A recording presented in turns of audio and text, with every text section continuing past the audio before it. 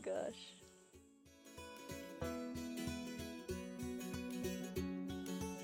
Hi, Candice here from Family of Four in the Great Outdoors. Just some thoughts on how to pick a tent. Your first two questions are how many people and for how long? Is this a weekend setup? Is this a week-long setup, or maybe even 2 to 3 weeks, or even 6 week setup? And for who? How many people? Is this a family, like say a family of 4, or is this for a couple, or is this for a big group of people? So let's just go down the line of, say, a family of 4 or 5, and let's look at a weekend and then a long setup. So we are absolutely set up for a long period of time. We do take this setup on weekend trips. We often do 2-night trips. The reason we have a big setup, and this is the biggest setup that James and I have had, is because we have 2 toddlers, one that is nearly 4 and one that is nearly 2. So we need the space. We need to have a little bit of separation in the tent between them. We also need the space inside the tent for them to play around a bit. So that is why we have such a big setup at the moment. So you're looking at different shape sizes when you look at bedrooms. There are many families that go the T-shape, and that would be so that they can have kids on one side, parents on the other side, and area in the middle for bags and things like that. We were looking at this tent shape and thought, yeah, like that looks great. There's a few living areas in there. Then when we looked at the dimensions, we realized that the T-shaped tent might not fit on every New South Wales parks and recreation campsite, and it wouldn't fit on a lot of the private campsites.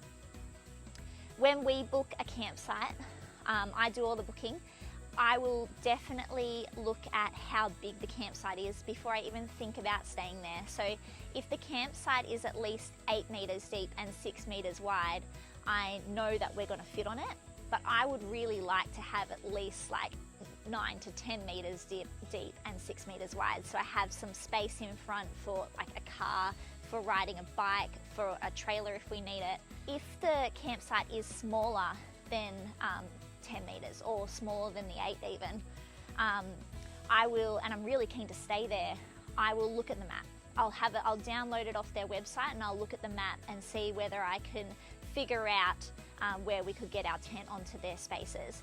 I'll confirm the size of the tent, and I'll also make sure that the spot that I want, it doesn't have a huge hill on it.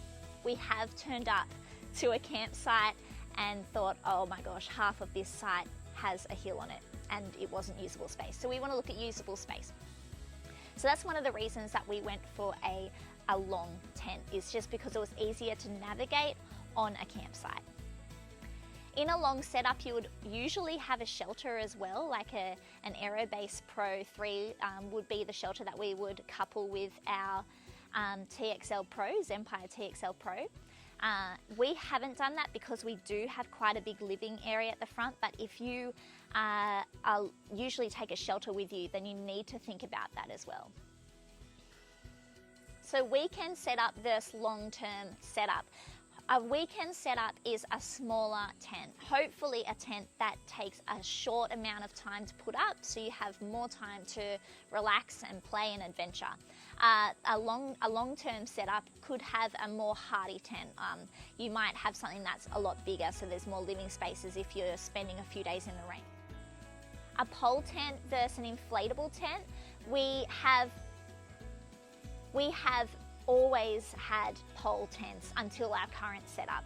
Poles, I haven't had a lot of poles snap on me. I haven't had many problems with pole tents, honestly, until we did have a problem, and that left us 3 days, many hours from home without a place to sleep.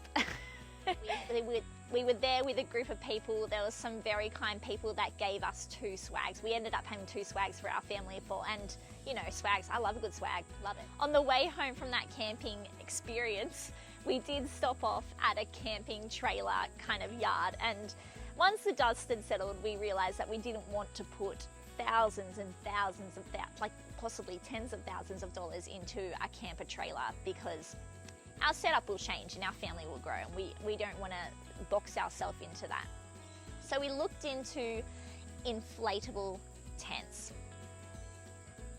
We really liked the sound of an inflatable tent and the concept of it, because in wind and rain, which is what we experienced with the pole snapping situation, the tent would give. So this is why we looked into the Zempire tents, and we ended up getting the TXL Pro. The only reason we didn't go the Evo tent was because it was green.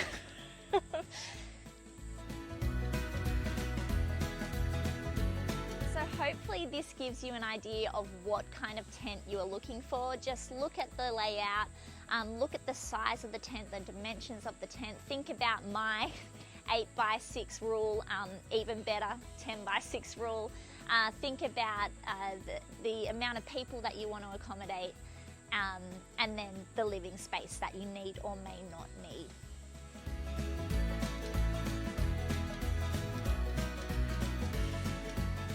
Okay, so on to my favourite part of camping, and that is driving up to a site and picking where you're going to camp. So first off, my eyes are looking at where is east. I just want to know where east is so that I can make sure that our tent, the sun will directly go over the tent. I don't want it to hit the sides of the tent because that will heat up the inside of our tent. We do have a roof cover on our tent. Both of our boys are day sleepers, so I need that sun to go directly over the tent and not hit the sides of the tent. If I can make that happen, I know that it's going to be a much easier camping experience for us. The second thing that I'm looking for once I've discovered where east is, I'll look at the road, I'll look at the spaces available, I'll try and figure out where the rise and the fall of the land is. So I try and do this as quickly as possible because I know I've got 2 kids in the car that are really itching to get out and start ride their bikes and things like that. So I will look at the map before I get there and have some sense, and I'll ask at the front desk, like, where is the best place for us to camp? We don't mind if we're a little bit far away from the amenities. We just need something that's got a nice solid ground that isn't too wet, something that is fairly flat, and if we can get grass, I'll jump on that. So once I've found a spot, and hopefully there is a tree nearby that will help us shade from the morning or the afternoon sun. Once we've found a spot, I'll start looking at the ground and just checking to see whether there's any rises or falls. And I want to make sure that the sleeping positions of our tent, so I'll have a basic understanding of the layout of our tent if it was on that land. I want to make sure that those spots are flat. I don't mind if it's on a rise and then flat, or on a low and then flat. We do have a tub bottom to our tent. It's not PVC, but it is excellent waterproof quality.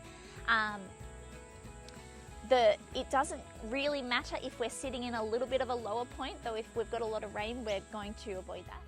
Once I've got an idea of the spot, I'll just get rid of all the sticks and the rocks. I'll just don't go on top of a fireplace. I feel like I shouldn't have to say that. Actually, the last time that we set up, we put the whole tent up and we were right on top of like a bull ant nest. So if you can see that, avoid it.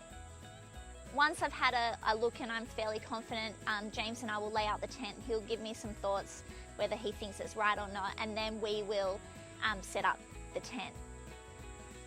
So as James is pumping up the tent, our TXL Pro has 5 inflatable panels. I know that that's about 13 minutes. I'm getting our gear ready to go into the tent, and we don't set up fully. We try and get the boys straight into like dinner, bath, bed situation so that we can kind of slowly unpack later. We don't do the whole set up cupboards and set up lounges and things like that. We try and keep it as simple as possible.